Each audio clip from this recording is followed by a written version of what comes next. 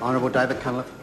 Chairman, I want to take a quick call to summarise up several of the issues that have been related to Part 2 of the bill, and then to look at the consequences of the change that's been proposed and the delay that has occurred. The two key issues are around the regulatory forbearance period, how it was supposedly removed and the extent to which it was removed or not, and the effects of the open access regime, so-called, whether it indeed is open access at all layers and in all places, which it's not. And then to look at several of the other clauses in this part of the bill, particularly want to note the effect of undertakings and the application of the pecuniary penalties. Starting from the top, sir, the regulatory forbearance period has not been fully repealed. It went to the Select Committee, it had universal condemnation from the industry, the Maori Party was silent and voted for it. After the bill went back to the Minister, the Maori Party either changed its mind or had its mind changed for it. The Minister needed a way out of being a minority of one. The regulatory forbearance was changed in the SOP to this bill, which has not been to a Select Committee, has not been discussed by the industry or by the public.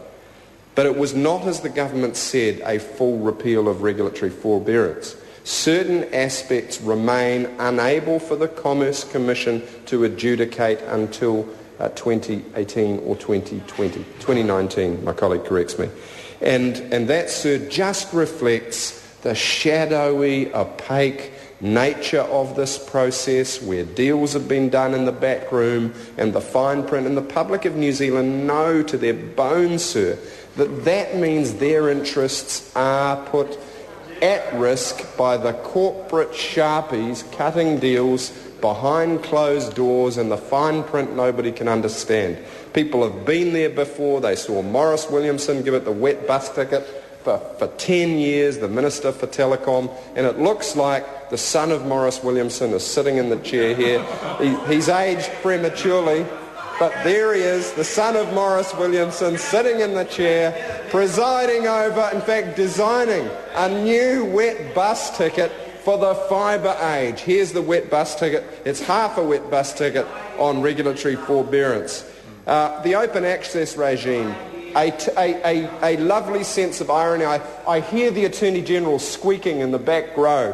What a lovely sense of irony. I'm sure he wouldn't have put that title on this, because it's not an open access regime at all. It's somewhat open in respect of telecom retail, but it's anything but open at the crucial dark fibre layer of the network. Because right here in the bill are the provisions that say for some part of it, open access, EOI, equivalence of input, the gold standard applies, but for the crucial dark fibre layer until 2018, 2019, 2020, no, you don't get the gold standard, you get the watered-down version called non-discrimination. So what, sir, are the consequences of that? Well, firstly, that the undertakings already in place, the undertakings for functional separation between the three boxes of retail, wholesale and access, go.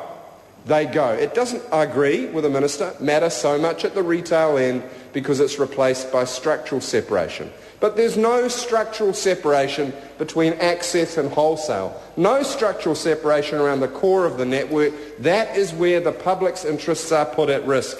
And what, sir, is the cumulative result of these? One, the government's ultra-slow process, and two, this ultra-risky bill. Well, since 2008, when the government changed, New Zealand slipped on the download speed scales from 12th to 21st in the OECD, on connection speed from 12th to 24th out of 30, and on subscriptions from the 7th cheapest to the 4th most expensive in the Western world. That is the real, tangible price of ultra-slow broadband processes by this Minister, vested in this bill. On the eve of the next election, the Minister brings down an SOP that he couldn't get organised in time to put it to a select committee, brings it down to the House to try and squeak it through before the election, to try and say he's done something. While New Zealanders have been waiting 2.5 years for the Minister to come up with a policy, and he's come up with something that in crucial respects is about as strong as dishwater. Aaron Gilmore. The question be now put. I'll hear from Claire